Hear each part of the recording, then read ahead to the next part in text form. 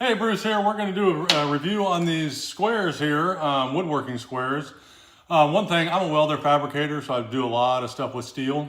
And when I'm looking for steel tools like this, I'm always buying high-end, professional, super precision tools because steel, I want everything perfect when I'm welding and whatnot.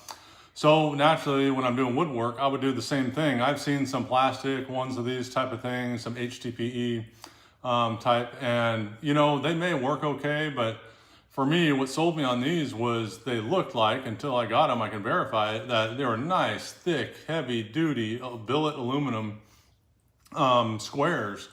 They come in this box like this. They come disassembled. One thing they don't give you in here is any sort of directions or a kind of a little pamphlet showing you the cool things you can do with these. So I don't know why they didn't do that.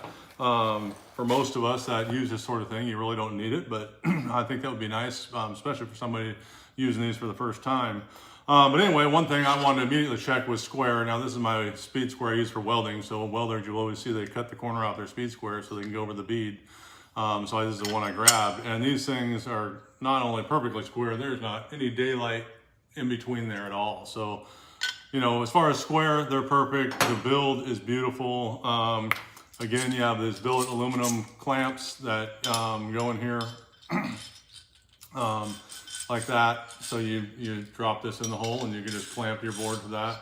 So really, really nice, well built. I was very impressed. The odd thing was that I did have is this bolt right here, as you can see, has been bent. It's got a kink in it. Now for me, I have thread files. I could straighten this. I'll take my thread file, chase the threads, fix it. It'll be working for me, no problem. Don't know how many people, especially woodworkers, would have that sort of thing. I do a lot of metal work, so I have all those sort of tools. It's not a big deal for me, but I imagine that's an anomaly. I just happened to get one that had a bent bolt here. So anyway, that really isn't deterring me from what this is. I mean, if you really had to, you could just return it and get a new one. But as far as the build quality and everything else, these are just great to install. For those of you that don't have instructions and want a little help to put these together, you just slide your lug on here. You put a washer on there next. You always put the washer in between your movable nut. So wherever your movable piece is that you're going to be tightening, you want that washer there so the washer can rotate on the washer and not the aluminum itself. Screw that on there like that, and boom, you're good to go. So you got your clamp ready.